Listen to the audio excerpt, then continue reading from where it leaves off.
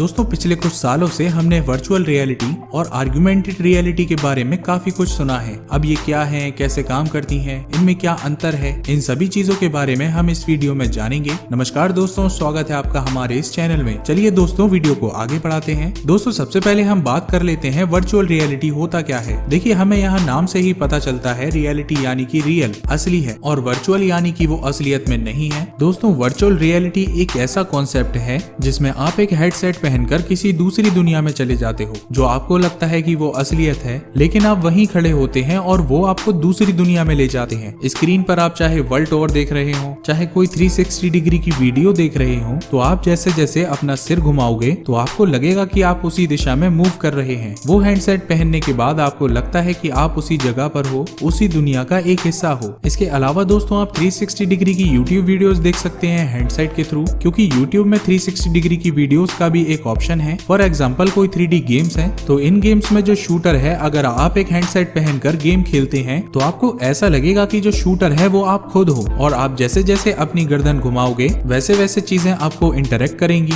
और आपको ऐसा लगेगा कि आप उसी का एक हिस्सा है। दोस्तों वर्चुअल रियलिटी हेडसेट को यूज करने के लिए आपके फोन में जायरोस्कोप का होना बहुत जरूरी है। ऐसा नहीं है कि जायरोस्कोप नहीं है तो आप वर्चुअल रियलिटी को यूज नहीं कर पाएंगे, मगर आप एक हेडसेट लगाओगे तो आप सिर्फ यूट्यूब वीडियोस को एक बड़े स्क्रीन पर देख पाएंगे। इसलिए दोस्तों आपके फोन में जायरोस्कोप का होना बहुत जरूरी है। चलिए अब बात करते हैं आर्गुमेंटेड रियलिटी क्या होती है। देखिए दोस्तों आर्गुमेंटेड रियलिटी वर्चुअल रियलिटी का एक नेक्स्ट स्टेप है, ज्यादा एडवांस्ड है, ज्यादा महंगा है, ज्यादा इंटरेस्टिंग है वर्चुअल रियलिटी से। दोस्तों आर्गुमेंटेड रियलिटी में क्या होता है कि आप पूरा एक हेडसेट नहीं पहनते। फॉर एग्जाम्पल हम लेते हैं गूगल ग्लास। गूगल ग्लास एक सिंपल चीज है, आपके साइड में एक छोटा सा डिस्प्ले होता है, तो जब आप काम कर रहे हैं तो आप अपनी ही दुनिया में हैं, लेकिन आपके कोने में एक छोटा सा डिस्प्ले आ जाता है जो आपको एक इन्फॉर्मेशन ओवरऑल देता रहता है। तो दोस्तों आर्गुमेंटेड रियलिटी बेसिकली आपको दूसरी दुनिया में नहीं लेकर जाता है, वो बस आपकी ही दुनिया में कुछ नया क्रिएट कर देता है। आपको सिंपल सा एक एग्जांपल दे दें तो आप एक गेम खेल रहे हो। अब अगर आप गेम खेल रहे हैं तो आपको एक ओपोनेंट भी चाहिए होगा, एक फाइटर चाहिए होगा। तो दोस्तों हमने वो चश्मा पहन लिया। दोस्तों हम उस चश्मे को पहनकर अपनी दुनिया तो देख ही पा रहे हैं, जो हमारे सामने सोफा टेबल चेयर्स रखे हैं वो सब तो हैं ही,